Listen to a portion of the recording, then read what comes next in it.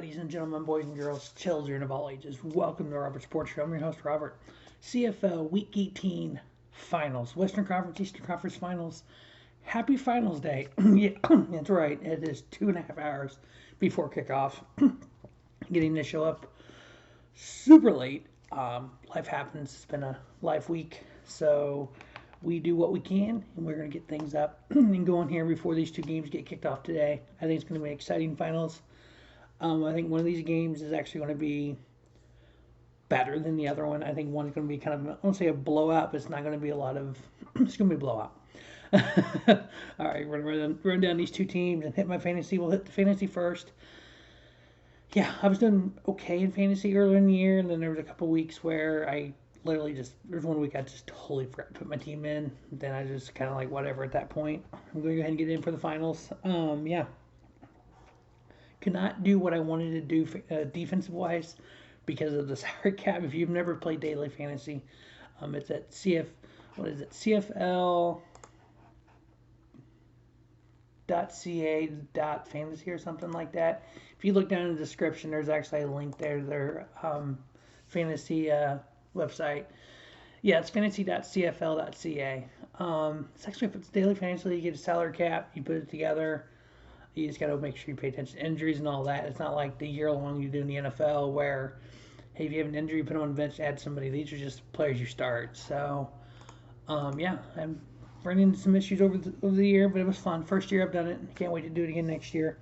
So my fantasy lineup for today, Saskatchewan quarterback Cody Fajardo, Hamilton's running back Sean Thomas Ellerton, wide receiver Karen Schaefer Baker, and then my flex is Tim White out of Hamilton. And defense, I really want to do Winnipeg. I really wanted Winnipeg because I think versus Saskatchewan hasn't scored many points against them. I thought it would be a great defense. Price was a little pricey. It was like $6,000 or something like that, $5,600, whatever it was. But in order for me to get a decent flex, which I wanted Tim White, I had to go with Toronto's defense. Not horrible, I guess, going against Hamilton.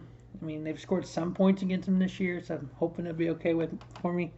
But hey, it's all about having fun. All right, so that Hamilton 8-6 team versus the Toronto Argonauts 9-5.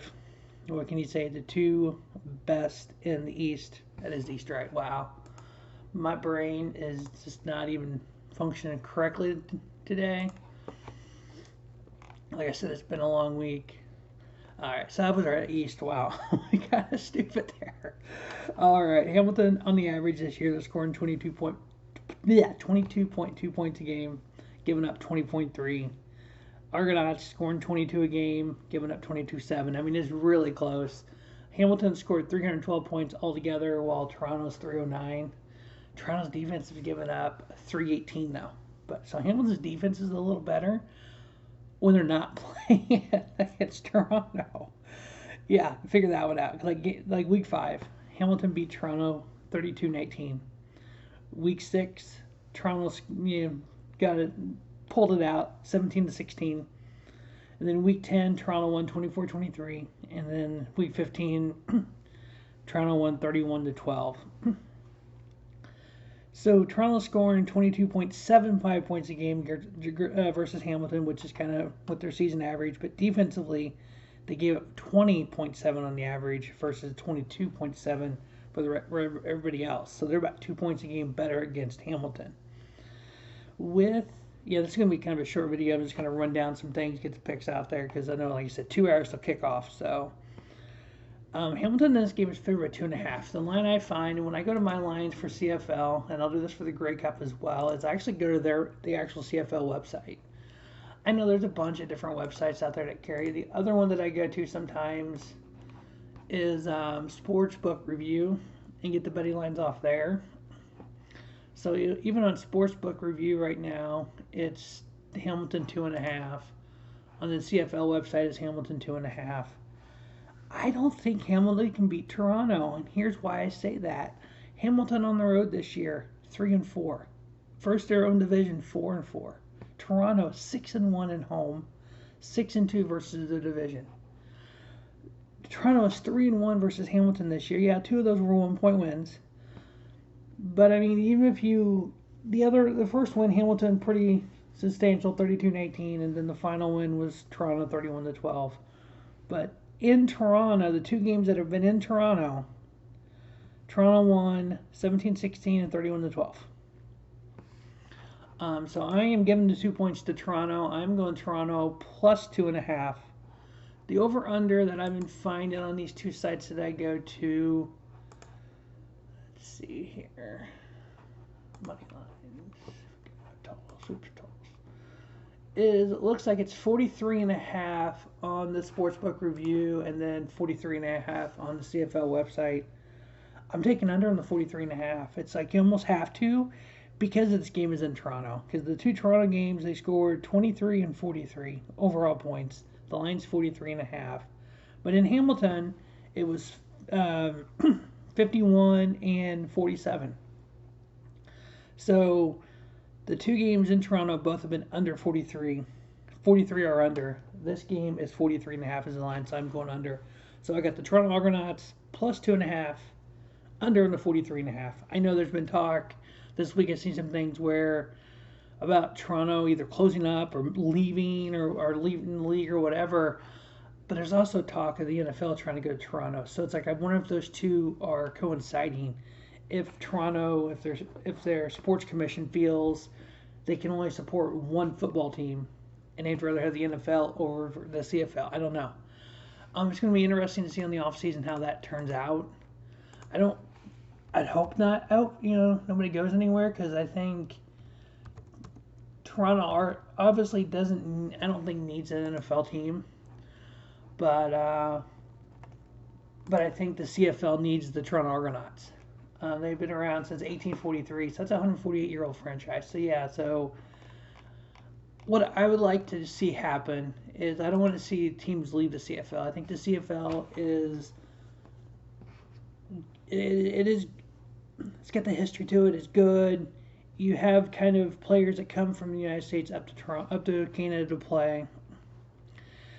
I think what CFL needs to do is, I know earlier when the season started, there was talk of a merger doing stuff with the XFL, and the XFL coming back in 2023. Actually, I have an idea about that.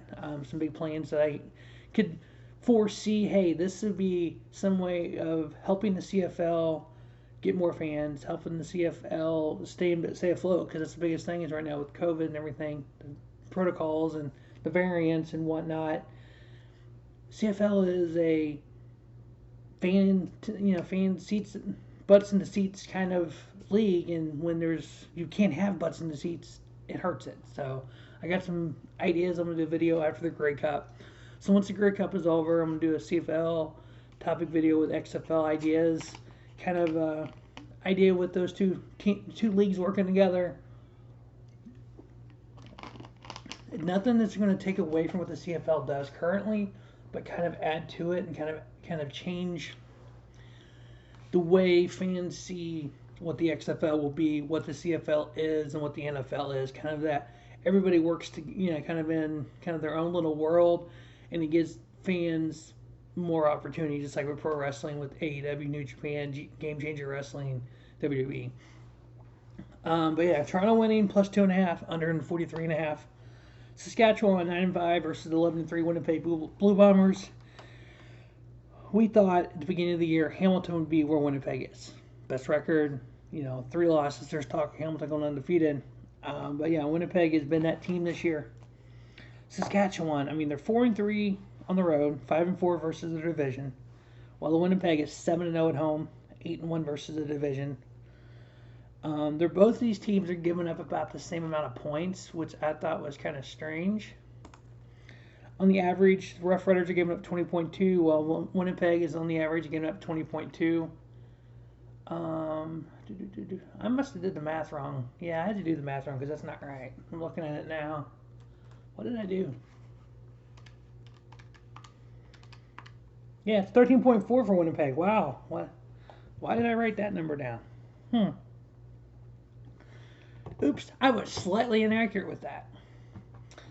All right, but week 5, not inaccurate about this. Winnipeg won 23-8 in Saskatchewan. Week 6, Winnipeg won 33-9 in Winnipeg. Winnipeg is giving up an average of 8.5 to Saskatchewan this year in the 2 games, West scoring 28 on the average. those numbers aren't inaccurate at all. Yeah, I don't think this is going to be as good of a game as Hamilton and Toronto. I got Winnipeg winning. They are favored by 8.5. I got them winning, covering. I am going under on the 45 because both games did go under the 45. So that's why I don't quite understand where that 45 came from. At least with Hamilton and Toronto, you had 2 games over, 2 games under, so you got to kind of decide. And the last game was 43, so it's like that half point. You go with the under, and hopefully they go ahead and do that, or they score that one more point and go over. But yeah, like the sportsbook review is saying 7.5 and one opener, and then 7.5 and one. Yeah, I mean it's kind of back and forth. But I typically go with the CFL website, CFL.ca. So I got Winnipeg and Toronto in the Grey Cup. The one was at the 108th annual Grey Cup. And so in 1 week from tomorrow, we will have our Grey Cup. As soon as we know the Grey Cup participants and we get the lines up, we'll go ahead and get that show up hopefully early this week. Again, life happens. We're 2 hours until kickoff. Enjoy your Eastern Western Conference Finals Day. I'm going to partake in a little bit of CFL myself. As always, thanks for watching Robert Sports Show, and don't just have a great day. Have a spiffy day. Robert Sports Show, your YouTube leader in sports channel content.